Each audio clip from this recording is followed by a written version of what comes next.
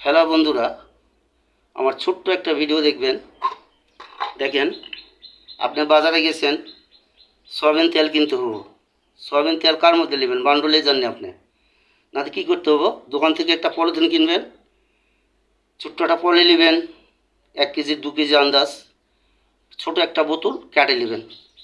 এই যে মনে পলি নিলেন, পলি নেওয়ার পর তেলটা, এই যে এটা তেল তেল নিলেন, বোতলটা কোমর অংশ কেটে নেবেন, নিয়ে যেভাবে দিবেন, দিয়ে এটা মনে করেন ধরেন এইভাবে বার করে নেবেন।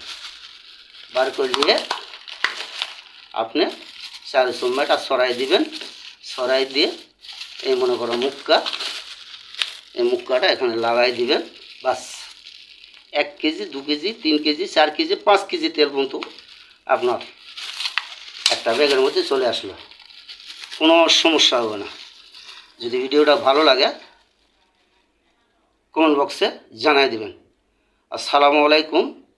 ভালো থাকেন, সুস্থ থাকেন। ধন্যবাদ।